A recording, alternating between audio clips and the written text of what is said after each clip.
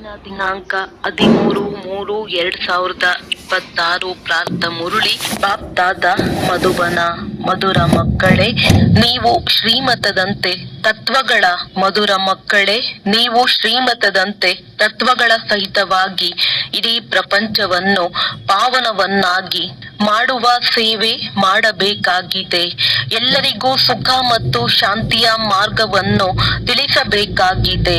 ಪ್ರಶ್ನೆ: ನೀವು ಮಕ್ಕಳು ತಮ್ಮ ದೇಹವನ್ನು ಮರೆಯುವ ಪುರುಷಾರ್ಥ ಮಾಡುತ್ತೀರಿ, ಆದ್ದರಿಂದ ನಿಮಗೆ ಯಾವ ವಸ್ತುವಿನ ಅವಶ್ಯಕತೆ ಇಲ್ಲ.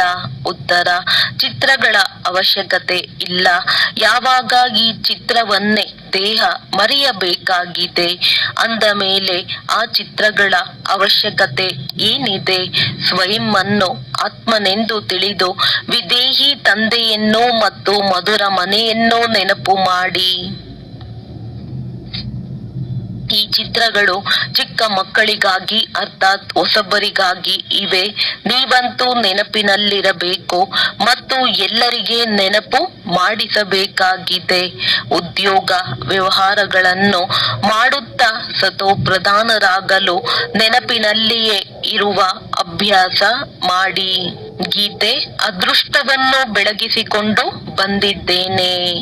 ಓಂ ಶಾಂತಿ. ಮಧುರಾತಿ ಮಧುರ ಮಕ್ಕಳೇ, ಈ ಶಬ್ದಗಳನ್ನು ಕೇಳಿದ್ದೀರಿ ಮತ್ತು ಕೂಡಲೇ ಖುಷಿಯಲ್ಲಿ ರೋಮಾಂಚನವಾಗಿ ಬಿಟ್ಟಿರುತ್ತೀರಿ, ಏಕೆಂದರೆ ಮಕ್ಕಳಿಗೆ ತಿಳಿದಿದೆ ಇಲ್ಲಿ ಸೌಭಾಗ್ಯ ಸ್ವರ್ಗದ ಅದೃಷ್ಟವನ್ನು ಪಡೆಯಲು ಬಂದಿದ್ದೀರಿ. ಹೀಗೆ ಮತ್ತೆಲ್ಲಿಯೂ ಹೇಳುವುದಿಲ್ಲ. ನೀವು ತಿಳಿದುಕೊಂಡಿದ್ದೀರಿ, ನಾವು ತಂದೆಯಿಂದ ಸ್ವರ್ಗದ ಆಸ್ತಿಯನ್ನು ತೆಗೆದುಕೊಳ್ಳುತ್ತಿದ್ದೇವೆ, ಅರ್ಥಾತ್ ಸ್ವರ್ಗವನ್ನಾಗಿ ಮಾಡುವ ಪುರುಷಾರ್ಥ ಮಾಡುತ್ತಿದ್ದೇವೆ. ಕೇವಲ ಸ್ವರ್ಗವಾಸಿಗಳಾಗುವುದಲ್ಲ, ಆದರೆ ಸ್ವರ್ಗದಲ್ಲಿ ಶ್ರೇಷ್ಠ ಪದವಿಯನ್ನು ಪಡೆಯುವ ಪುರುಷಾರ್ಥ ಮಾಡುತ್ತಿದ್ದೇವೆ. ಸ್ವರ್ಗದ ಸಾಕ್ಷಾತ್ಕಾರ ಮಾಡಿಸುವ ತಂದೆಯೇ ನಮಗೆ ಓದಿಸುತ್ತಿದ್ದಾರೆ. ಇದು ಸಹ ಮಕ್ಕಳಿಗೆ ನಶೆ ಇರಬೇಕು. ಭಕ್ತಿಯು ಈಗ ಮುಗಿಯಲಿದೆ. ಭಗವಂತನು ಭಕ್ತರ ಉದ್ಧಾರ ಮಾಡಲು ಬರುತ್ತಾರೆಂದು ಹೇಳಲಾಗುತ್ತದೆ, ಏಕೆಂದರೆ ರಾವಣನ ಬಂಧನಗಳಲ್ಲಿ ಸಿಕ್ಕಿ ಹಾಕಿಕೊಂಡಿದ್ದಾರೆ. ಅನೇಕ ಮನುಷ್ಯರ ಅನೇಕ ಮತಗಳಿವೆ. ನೀವಂತೂ ಅರಿತುಕೊಂಡಿದ್ದೀರಿ, ಸೃಷ್ಟಿ ಚಕ್ರದ ಈ ಅನಾದಿ ಆಟವು ಮಾಡಲ್ಪಟ್ಟಿದೆ. ಇದನ್ನೂ ಸಹ ಭಾರತವಾಸಿಗಳು ತಿಳಿದುಕೊಂಡಿದ್ದೀರಿ. ಅವಶ್ಯವಾಗಿ ನಾವು ಪ್ರಾಚೀನ ಹೊಸ ಪ್ರಪಂಚದ ನಿವಾಸಿಗಳಾಗಿದ್ದೆವು, ಈಗ ಹಳೆಯ ಪ್ರಪಂಚದ ನಿವಾಸಿಗಳಾಗಿದ್ದೇವೆ. ತಂದೆಯು ಸ್ವರ್ಗ ಹೊಸ ಪ್ರಪಂಚವನ್ನಾಗಿ ಮಾಡಿದ್ದರು, ಮತ್ತೆ ರಾವಣನು ನರಕವನ್ನಾಗಿ ಮಾಡಿದ್ದಾನೆ. ಬಾಪ್ ದಾದಾರವರ ಮತದಂತೆ ನೀವೀಗ ತಮಗಾಗಿ ಹೊಸ ಪ್ರಪಂಚವನ್ನು ಸ್ಥಾಪನೆ ಮಾಡುತ್ತಿದ್ದೀರಿ, ಹೊಸ ಪ್ರಪಂಚಕ್ಕಾಗಿ ಓದುತ್ತಿದ್ದೀರಿ. ಯಾರು ಓದಿಸುತ್ತಾರೆ? ಜ್ಞಾನ ಸಾಗರ ಪತಿತ ಪಾವನ ಅವರ ಮಹಿಮೆ ಇದೆ. ಅವೊಬ್ಬರ ವಿನಃ ಮತ್ಯಾರಿಗೂ ಮಹಿಮೆ ಇಲ್ಲ. ಅವರೇ ಪತಿತ ಪಾವನನಾಗಿದ್ದಾರೆ. ನಾವೆಲ್ಲರೂ ಪತಿತರಾಗಿದ್ದೇವೆ. ಯಾರಿಗೂ ಪಾವನ ಪ್ರಪಂಚದ ನೆನಪು ಇಲ್ಲ. ನೀವೀಗ ತಿಳಿದುಕೊಂಡಿದ್ದೀರಿ, ಅವಶ್ಯವಾಗಿ 5000 ವರ್ಷಗಳ ಮೊದಲು ಪಾವನ ಪ್ರಪಂಚವಿತ್ತು. ಈ ಭಾರತವೇ ಇತ್ತು. ಉಳಿದೆಲ್ಲ ಧರ್ಮದವರು ಶಾಂತಿಯಲ್ಲಿದ್ದರು. ನಾವು ಭಾರತವಾಸಿಗಳು ಸುಖಧಾಮದಲ್ಲಿದ್ದೆವು. ಮನುಷ್ಯರು ಶಾಂತಿಯನ್ನು ಬಯಸುತ್ತಾರೆ, ಆದರೆ ಇಲ್ಲಂತೂ ಯಾರೂ ಶಾಂತವಾಗಿರಲು ಸಾಧ್ಯವಿಲ್ಲ. ಇದು ಶಾಂತಿಧಾಮವಲ್ಲ, ಅದು ನಿರಾಕಾರಿ ಪ್ರಪಂಚವಾಗಿದೆ. ಅಲ್ಲಿಂದ ನಾವು ಬರುತ್ತೇವೆ. ಬಾಕಿ ಸತ್ಯಯುಗವು ಸುಖಧಾಮವಾಗಿದೆ. ಅದಕ್ಕೆ ಶಾಂತಿಧಾಮವೆಂದು ಹೇಳುವುದಿಲ್ಲ. ಅಲ್ಲಿ ನೀವು ಪವಿತ್ರತೆ, ಸುಖ, ಶಾಂತಿಯಲ್ಲಿರುತ್ತೀರಿ. ಯಾವುದೇ ಏರುಪೇರುಗಳು ಇರುವುದಿಲ್ಲ. ಮನೆಯಲ್ಲಿ ಮಕ್ಕಳು ಜಗಳ ಕಲಹ ಮಾಡಿಕೊಂಡರೂ ಅವರಿಗೆ ಶಾಂತವಾಗಿರಿ ಎಂದು ಹೇಳಲಾಗುತ್ತದೆ. ತಂದೆಯು ತಿಳಿಸುತ್ತಾರೆ, ನೀವಾತ್ಮರು ಆ ಶಾಂತಿ ದೇಶದವರಾಗಿದ್ದೀರಿ. ಈಗ ಈ ಜಗಳದ ಪ್ರಪಂಚದಲ್ಲಿ ಬಂದು ಕುಳಿತಿದ್ದೀರಿ. ಈ ಮಾತು ನಿಮ್ಮ ಬುದ್ಧಿಯಲ್ಲಿ ಮಾಡಿದೆ. ನೀವು ತಂದೆಯ ಮೂಲಕ ಪುನಃ ಶ್ರೇಷ್ಠಾತಿ ಶ್ರೇಷ್ಠ ಪದವಿಯನ್ನು ಪಡೆಯುವ ಪುರುಷಾರ್ಥ ಮಾಡುತ್ತಿದ್ದೀರಿ. ಈ ಶಾಲೆಯು ಕಡಿಮೆಯೇ, ಇದು ಪರಮಾತ್ಮನ ವಿಶ್ವವಿದ್ಯಾಲಯವಾಗಿದೆ. ಇಡೀ ಪ್ರಪಂಚದಲ್ಲಿ ಇದೇ ಅತಿ ದೊಡ್ಡ ವಿಶ್ವವಿದ್ಯಾಲಯವಾಗಿದೆ. ಇದರಲ್ಲಿ ಎಲ್ಲರೂ ತಂದೆಯಿಂದ ಶಾಂತಿ ಮತ್ತು ಸುಖದ ಆಸ್ತಿಯನ್ನು ಪಡೆಯುತ್ತಾರೆ. ಒಬ್ಬ ತಂದೆಯ ವಿನಃ ಮತ್ಯಾರಿಗೂ ಮಹಿಮೆ ಇಲ್ಲ, ಬ್ರಹ್ಮನಿಗೂ ಮಹಿಮೆ ಇಲ್ಲ. ತಂದೆಯೇ ಈ ಸಮಯದಲ್ಲಿ ಬಂದು ಆಸ್ತಿಯನ್ನು ಕೊಡುತ್ತಾರೆ. ನಂತರ ಸುಖವೇ ಸುಖವಿರುತ್ತದೆ. ಸುಖ ಶಾಂತಿಯನ್ನು ಕೊಡುವವರು ಒಬ್ಬರೇ ತಂದೆಯಾಗಿದ್ದಾರೆ. ಅವರದ್ದೇ ಮಹಿಮೆ ಇದೆ. ಸತ್ಯ ತ್ರೇತಾಯುಗದಲ್ಲಿ ಯಾರದೇ ಮಹಿಮೆಯಾಗುವುದಿಲ್ಲ. ಅಲ್ಲಂತೂ ರಾಜಧಾನಿಯು ನಡೆಯುತ್ತಿರುತ್ತದೆ. ನೀವು ಆಸ್ತಿಯನ್ನು ಪಡೆದುಕೊಳ್ಳುತ್ತೀರಿ. ಉಳಿದೆಲ್ಲರೂ ಶಾಂತಿಧಾಮದಲ್ಲಿರುತ್ತಾರೆ. ಯಾರಿಗೂ ಮಹಿಮೆ ಇಲ್ಲ. ಬಲೆ ಕ್ರಿಸ್ತನು ಧರ್ಮ ಸ್ಥಾಪನೆ ಮಾಡುತ್ತಾರೆ, ಆದರೆ ಅದನ್ನಂತೂ ಮಾಡಲೇಬೇಕಾಗಿದೆ. ಧರ್ಮ ಸ್ಥಾಪನೆ ಮಾಡಿದರೂ ಸಹ ಮತ್ತೆ ಕೆಳಗಿಳಿಯತೊಡಗುತ್ತಾರೆ. ಅಂದ ಮೇಲೆ ಅವರ ಮಹಿಮೆ ಏನಾಯಿತು? ಮಹಿಮೆಗೆ ಯೋಗ್ಯರಾದವರು ಒಬ್ಬರೇ ಆಗಿದ್ದಾರೆ. ಅವರಿಗೆ ಪತಿತ ಪಾವನ ಮುಕ್ತಿ ದಾತನೆಂದು ಹೇಳಿ ಕರೆಯುತ್ತಾರೆ. ಅವರಿಗೆ ಕ್ರಿಸ್ತ, ಬುದ್ಧ ಮೊದಲಾದವರು ನೆನಪು ಬರುತ್ತಾ ಇರುತ್ತಾರೆಂದಲ್ಲ. ಓ ಗಾಡ್ ಫಾದರ್ ಎಂದು ನೆನಪು ಸಹ ಒಬ್ಬರನ್ನೇ ಮಾಡುತ್ತಾರೆ. ಸತ್ಯಯುಗದಲ್ಲಿ ಯಾರದೇ ಮಹಿಮೆಯಾಗುವುದಿಲ್ಲ.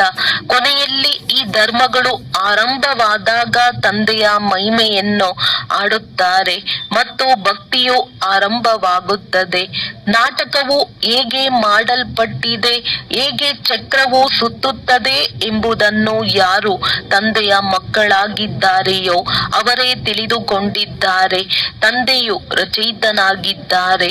ಹೊಸ ಸೃಷ್ಟಿ ಸ್ವರ್ಗವನ್ನು ರಚಿಸುತ್ತಾರೆ. ಆದರೆ ಎಲ್ಲರೂ ಸ್ವರ್ಗದಲ್ಲಿ ಬರಲು ಸಾಧ್ಯವಿಲ್ಲ. ಡ್ರಾಮಾದ ರಹಸ್ಯವನ್ನು ಸಹ ತಿಳಿದುಕೊಳ್ಳಬೇಕಾಗಿದೆ. ತಂದೆಯಿಂದ ಸುಖದ ಆಸ್ತಿಯು ಸಿಗುತ್ತದೆ. ಈ ಸಮಯದಲ್ಲಿ ಎಲ್ಲರೂ ದುಃಖಿಯಾಗಿದ್ದಾರೆ. ಈಗ ಎಲ್ಲರೂ ಹಿಂತಿರುಗಿ ಹೋಗಬೇಕಾಗಿದೆ. ಮತ್ತೆ ಸುಖದಲ್ಲಿ ಬರುತ್ತಾರೆ. ನೀವು ಮಕ್ಕಳಿಗೆ ಬಹಳ ಒಳ್ಳೆಯ ಪಾತ್ರವು ಸಿಕ್ಕಿದೆ. ಯಾವ ತಂದೆಗೆ ಇಷ್ಟೊಂದು ಮಹಿಮೆ ಇದೆಯೋ ಅವರು ಈಗ ಬಂದು ಸನ್ಮುಖದಲ್ಲಿ ಕುಳಿತಿದ್ದಾರೆ ಮತ್ತು ಮಕ್ಕಳಿಗೆ ತಿಳಿಸಿಕೊಡುತ್ತಾರೆ. ಎಲ್ಲರೂ ಮಕ್ಕಳಲ್ಲವೇ? ತಂದೆಯಂತೂ ಸದಾ ಸಂತೋಷವಾಗಿರುತ್ತಾರೆ. ವಾಸ್ತವದಲ್ಲಿ ತಂದೆಗೆ ಇದನ್ನು ಹೇಳುವಂತಿಲ್ಲ. ಒಂದು ವೇಳೆ ಅವರು ಸಂತೋಷವಾಗಿದ್ದಾರೆ ಎಂದು ಹೇಳುವುದಾದರೆ ಅಸಂತೋಷವೂ ಆಗಬೇಕಾಗುತ್ತದೆ. ಆದರೆ ತಂದೆಯು ಇವೆಲ್ಲದರಿಂದ ಭಿನ್ನವಾಗಿದ್ದಾರೆ. ಯಾವುದು ತಂದೆಯ ಮಹಿಮೆ ಇದೆ ಅದೇ ಈ ಸಮಯದಲ್ಲಿ ನಿಮ್ಮ ಮಹಿಮೆಯಾಗಿದೆ. ಮತ್ತೆ ಭವಿಷ್ಯದಲ್ಲಿ ನಿಮ್ಮ ಮಹಿಮೆಯು ಬೇರೆಯಾಗಿರುವುದು. ಹೇಗೆ ತಂದೆಯು ಜ್ಞಾನ ಸಾಗರನಾಗಿದ್ದಾರೆಯೋ ಹಾಗೆಯೇ ನೀವು ಆಗಿದ್ದೀರಿ. ನಿಮ್ಮ ಬುದ್ಧಿಯಲ್ಲಿ ಸೃಷ್ಟಿ ಚಕ್ರದ ಜ್ಞಾನವಿದೆ. ನೀವು ತಿಳಿದುಕೊಂಡಿದ್ದೀರಿ. ತಂದೆಯು ಸುಖದ ಸಾಗರನಾಗಿದ್ದಾರೆ. ಅವರಿಂದ ಅಪಾರ ಸುಖವೂ ಸಿಗುತ್ತದೆ. ಈ ಸಮಯದಲ್ಲಿ ನೀವು ತಂದೆಯಿಂದ ಆಸ್ತಿಯನ್ನು ತೆಗೆದುಕೊಳ್ಳುತ್ತಿದ್ದೀರಿ. ತಂದೆಯು ಮಕ್ಕಳಿಗೆ ಈಗ ಶ್ರೇಷ್ಠ ಕರ್ಮವನ್ನು ಕಲಿಸುತ್ತಿದ್ದಾರೆ. ಹೇಗೆ ಈ ಲಕ್ಷ್ಮೀ ನಾರಾಯಣರಿದ್ದಾರೆ, ಇವರು ಅವಶ್ಯವಾಗಿ ಇಂದಿನ ಜನ್ಮದಲ್ಲಿ ಒಳ್ಳೆಯ ಕರ್ಮ ಮಾಡಿದ್ದಾರೆ. ಆದ್ದರಿಂದ ಈ ಪದವಿ ಪಡೆದಿದ್ದಾರೆ. ಇವರು ರಾಜ್ಯವನ್ನು ಹೇಗೆ ಪಡೆದರು ಎಂದು ಪ್ರಪಂಚದಲ್ಲಿ ಯಾರೂ ತಿಳಿದುಕೊಂಡಿಲ್ಲ. ತಂದೆಯು ತಿಳಿಸುತ್ತಾರೆ, ನೀವು ಮಕ್ಕಳು ಈಗ ಇಂತಹ ದೇವತೆಗಳಾಗುತ್ತಿದ್ದೀರಿ. ನಿಮ್ಮ ಬುದ್ಧಿಯಲ್ಲಿ ಬರುತ್ತದೆ, ನಾವೇ ಈ ರೀತಿಯಾಗಿದ್ದೆವು, ಈಗ ಪುನಃ ಆಗುತ್ತೇವೆ. ತಂದೆಯು ಕುಳಿತು ಕರ್ಮ, ಅಕರ್ಮ, ವಿಕರ್ಮದ ಗತಿಯನ್ನು ತಿಳಿಸುತ್ತಾರೆ. ಇದರಿಂದ ನಾವು ಈ ರೀತಿಯಾಗುತ್ತೇವೆ. ಶ್ರೀಮತವನ್ನು ಕೊಡುತ್ತಾರೆ. ಅಂದ ಮೇಲೆ ಶ್ರೀಮತವನ್ನು ಅರಿತುಕೊಳ್ಳಬೇಕಲ್ಲವೇ? ಶ್ರೀಮತದಿಂದ ಇಡೀ ಪ್ರಪಂಚವು ತತ್ವಗಳ ಸಹಿತ ಎಲ್ಲರನ್ನು ಶ್ರೇಷ್ಠರನ್ನಾಗಿ ಮಾಡುತ್ತಾರೆ.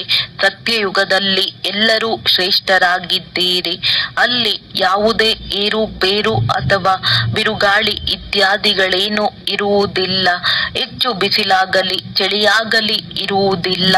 ಸದಾ ವಸಂತ ಋತು ಇರುತ್ತದೆ. ಅಲ್ಲಿ ನೀವು ಎಷ್ಟೊಂದು ಸುಖಿಯಾಗಿರುತ್ತೀರಿ. ಅವರಂತೂ ಖುದಾನು ಹೆವೆನ್ ಅಥವಾ ಬಹಿಷ್ಠ ಸ್ವರ್ಗ ಸ್ಥಾಪನೆ ಮಾಡುತ್ತಾರೆಂದು ಆಡುತ್ತಾರೆ. ಅಂದ ಮೇಲೆ ಅದರಲ್ಲಿ ಶ್ರೇಷ್ಠ ಪದವಿಯನ್ನು ಪಡೆಯುವ ಪುರುಷಾರ್ಥ ಮಾಡಬೇಕು.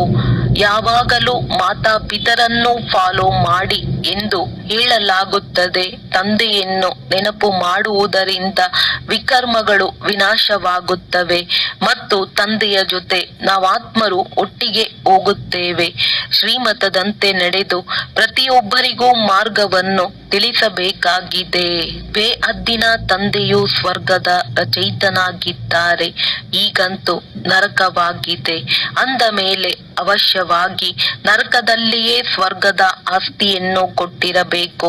ಈಗ 84 ಜನ್ಮಗಳು ಪೂರ್ಣವಾಗುತ್ತವೆ. ಮತ್ತೆ ನಾವು ಮೊದಲ ಜನ್ಮವನ್ನು ಸ್ವರ್ಗದಲ್ಲಿ ತೆಗೆದುಕೊಳ್ಳಬೇಕಾಗಿದೆ. ನಿಮ್ಮ ಗುರಿ ಧ್ಯೇಯವು ಸನ್ಮುಖದಲ್ಲಿ ನಿಂತಿದೆ. ಈ ಲಕ್ಷ್ಮೀ ನಾರಾಯಣರಂತೆ ಆಗಬೇಕಾಗಿದೆ. ನಾವೇ ಲಕ್ಷ್ಮೀ ನಾರಾಯಣರಾಗುತ್ತೇವೆ. ವಾಸ್ತವದಲ್ಲಿ ಈ ಚಿತ್ರಗಳ ಅವಶ್ಯಕತೆಯೂ ಇಲ್ಲ. ಯಾರು ಕಚ್ಚಾ ಇದ್ದಾರೆ ಪದೇ ಪದೇ ಮರೆತು ಹೋಗುತ್ತಾರೆಯೋ ಅವರಿಗಾಗಿ ಚಿತ್ರಗಳನ್ನಿಡುತ್ತಾರೆ. ಕೆಲವರು ಕೃಷ್ಣನ ಚಿತ್ರವನ್ನಿಟ್ಟುಕೊಳ್ಳುತ್ತಾರೆ. ಕೃಷ್ಣನನ್ನು ನೋಡದೆ ನೆನಪು ಮಾಡಲು ಆಗುವುದಿಲ್ಲ. ಎಲ್ಲರ ಬುದ್ಧಿಯಲ್ಲಿ ಚಿತ್ರವಂತೂ ಇರುತ್ತದೆ.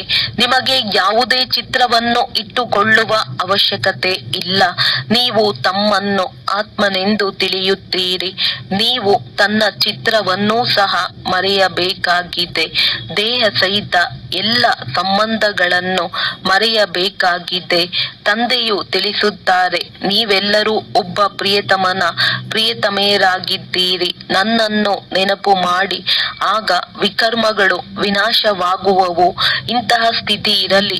ಯಾವುದೇ ಸಮಯದಲ್ಲಿ ಶರೀರ ಬಿಟ್ಟರೂ ಸಹ ನಾವು ಈ ಹಳೆಯ ಪ್ರಪಂಚವನ್ನು ಬಿಟ್ಟು ಈಗ ತಂದೆಯ ಬಳಿ ಹೋಗುತ್ತೇವೆಂದು ತಿಳಿದುಕೊಳ್ಳಬೇಕು. 84 ಜನ್ಮಗಳು ಪೂರ್ಣವಾಯಿತು. ಈಗ ಹಿಂತಿರುಗಿ ಹೋಗಬೇಕಾಗಿದೆ.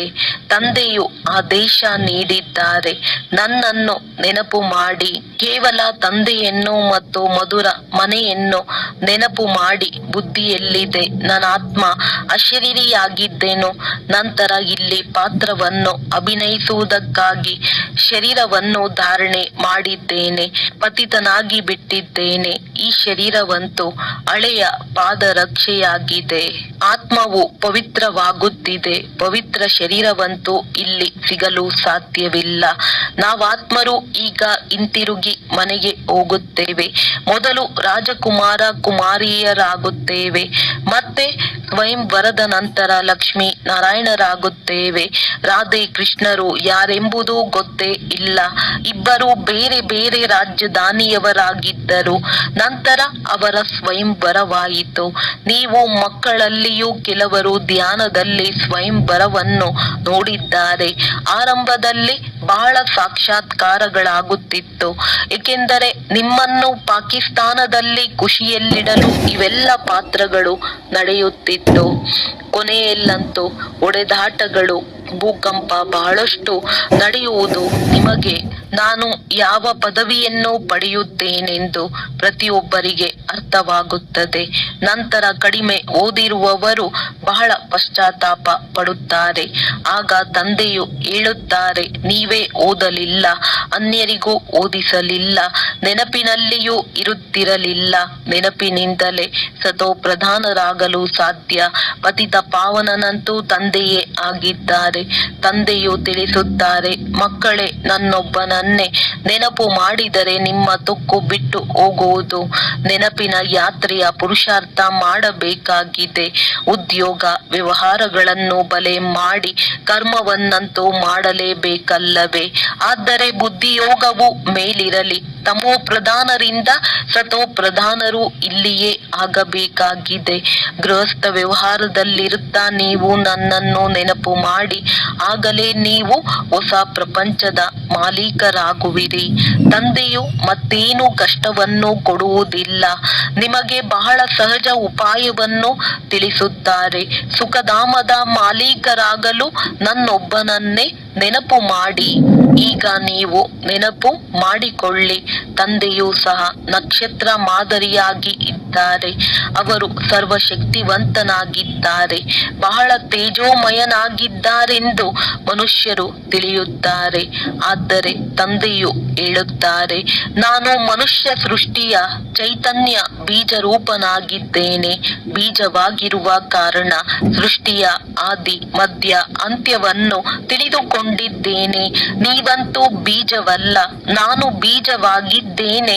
ಆದ್ದರಿಂದ ನನಗೆ ಜ್ಞಾನ ಸಾಗರನೆಂದು ಹೇಳುತ್ತಾರೆ.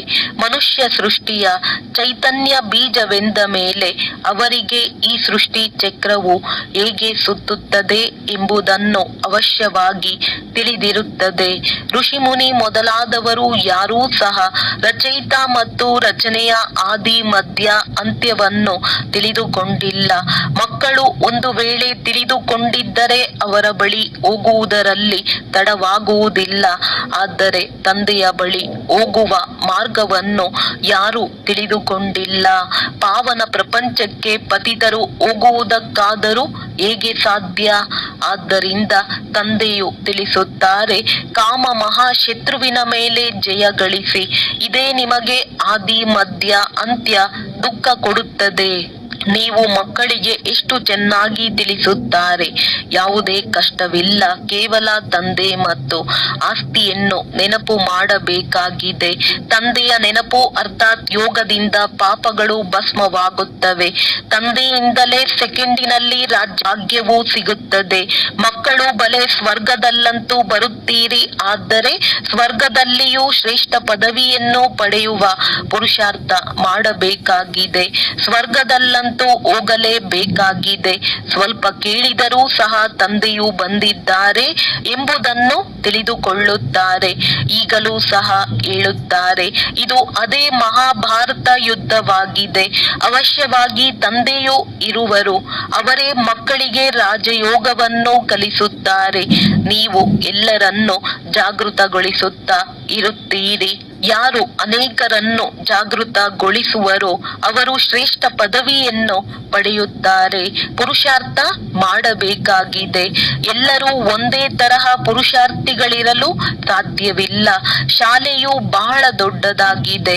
ಇದು ವಿಶ್ವವಿದ್ಯಾಲಯವಾಗಿದೆ. ಇಡೀ ವಿಶ್ವವನ್ನು ಸುಖಧಾಮ ಮತ್ತು ಶಾಂತಿಧಾಮವನ್ನಾಗಿ ಮಾಡಬೇಕಾಗಿದೆ. ಇಂತಹ ಶಿಕ್ಷಕರು ಎಂದಾದರೂ ಇರುತ್ತಾರೆಯೇ?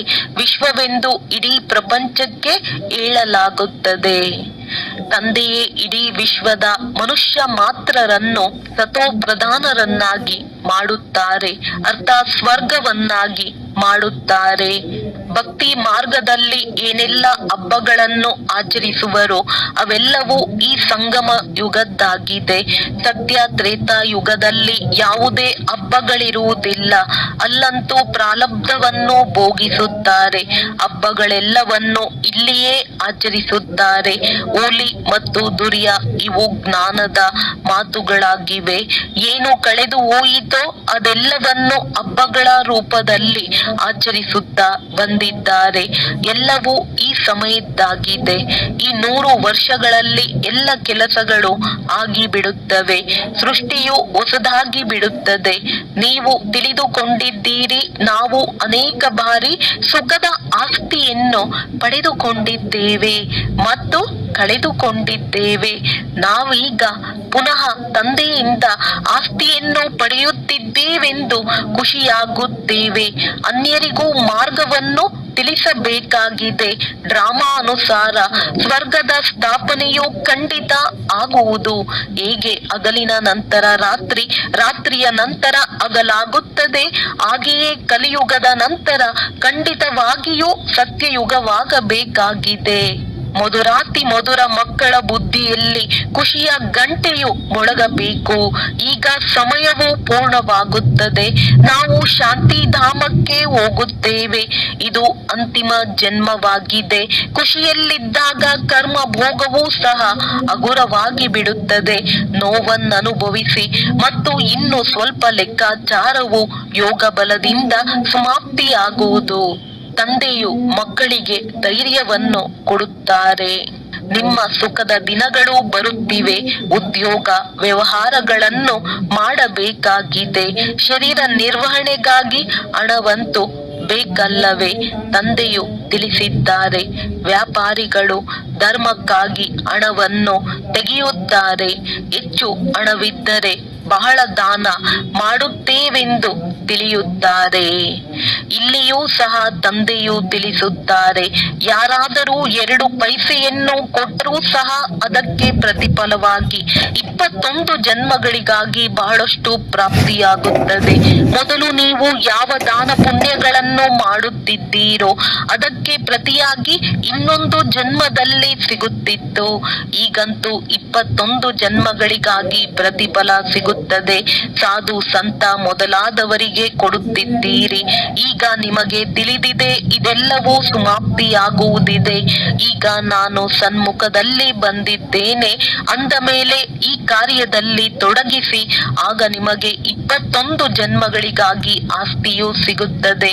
ಮೊದಲು ನೀವು ಪರೋಕ್ಷವಾಗಿ ಕೊಡುತ್ತಿದ್ದೀರಿ, ಇದು ಪ್ರತ್ಯಕ್ಷವಾಗಿದೆ. ಉಳಿದಂತೆ ನಿಮ್ಮದೆಲ್ಲವೂ ಸಮಾಪ್ತಿಯಾಗುವುದು. ತಂದೆಯು ಹೇಳುತ್ತಿರುತ್ತಾರೆ, ಹಣವಿದ್ದರೆ ಸೇವಾ ಕೇಂದ್ರವನ್ನು ತೆರೆಯುತ್ತಾ ಹೋಗಿ. ಈ ಶಬ್ದಗಳನ್ನು ಬರೆಯಿರಿ. ಸತ್ಯ ಗೀತಾ ಪಾಠಶಾಲೆ.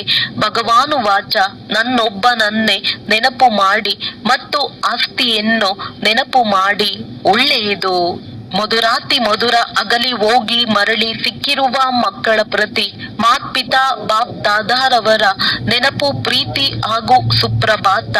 ಆತ್ಮಿಕ ಮಕ್ಕಳಿಗೆ ಆತ್ಮಿಕ ತಂದೆಯ ನಮಸ್ತೆ. ಧಾರಣೆಗಾಗಿ ಮುಖ್ಯ ಸಾರ. ತಂದೆಯ ಸಮಾನ ಮಹಿಮಾ ಯೋಗ್ಯರಾಗಲು ತಂದೆಯನ್ನು ಫಾಲೋ ಮಾಡಬೇಕಾಗಿದೆ. ಇದು ಅಂತಿಮ ಜನ್ಮವಾಗಿದೆ. ಈಗ ಮನೆಗೆ ಹೋಗಬೇಕಾಗಿದೆ. ಆದ್ದರಿಂದ ಒಳಗಿಂದೊಳಗೆ ಖುಷಿಯ ವಾದ್ಯವು ಮೊಳಗುತ್ತಿರಲಿ. ಕರ್ಮ ಭೋಗವನ್ನು ಕರ್ಮ ಯೋಗದಿಂದ ಅರ್ಥಾತ್ ತಂದೆಯ ನೆನಪಿನಿಂದ ಖುಷಿ ಖುಷಿಯಾಗಿ ಸಮಾಪ್ತಿ ಮಾಡಿಕೊಳ್ಳಬೇಕಾಗಿದೆ. ವರದಾನ. ಬಾಲಕನಿಂದ ಮಾಲೀಕನೆಂಬ ಸ್ಮೃತಿಯಿಂದ ಸರ್ವ ಖಜಾನೆಗಳ ಅಧಿಕಾರಿ ಪ್ರಾಪ್ತಿ ಸಂಪನ್ನ ಭವ. ನಾವು ತಂದೆಯ ಸರ್ವ ಖಜಾನೆಗಳ ಬಾಲಕನಿಂದ ಮಾಲೀಕರಾಗಿದ್ದೇವೆ. ಸ್ವಾಭಾವಿಕ ಯೋಗಿ, ಸ್ವಾಭಾವಿಕವಾಗಿ ರಾಜ್ಯ ಅಧಿಕಾರಿ ಆಗಿದ್ದೇವೆ. ಈ ಸ್ಮೃತಿಯಿಂದ ಸರ್ವ ಪ್ರಾಪ್ತಿ ಸಂಪನ್ನರಾಗಿರಿ. ಸದಾ ಇದೇ ಹಾಡನ್ನು ಹಾಡುತ್ತೀರಿ. ಏನನ್ನು ಪಡೆಯಬೇಕಾಗಿತ್ತೋ ಅದನ್ನು ಪಡೆದೆನೋ, ಕಳೆದುಕೊಂಡೆನೋ ಪಡೆದೆನೋ, ಕಳೆದುಕೊಂಡೆನೋ ಪಡೆದೆನೋ ಎನ್ನುವಂತಹ ಆಟವನ್ನಾಡಬಾರದು. ಪಡೆಯುತ್ತಿದ್ದೇನೆ ಪಡೆಯುತ್ತಿದ್ದೇನೆ ಎನ್ನುವುದು ಅಧಿಕಾರಿಯ ಮಾತಲ್ಲ. ಯಾರು ಸಂಪನ್ನ ತಂದೆಯ ಬಾಲಕರು ಸಾಗರನ ಮಕ್ಕಳಾಗಿದ್ದಾರೆಯೋ ಅವರು ನೌಕರನಂತೆ ಕಷ್ಟಪಡಲು ಸಾಧ್ಯವಿಲ್ಲ. ಸ್ಲೋಗನ್.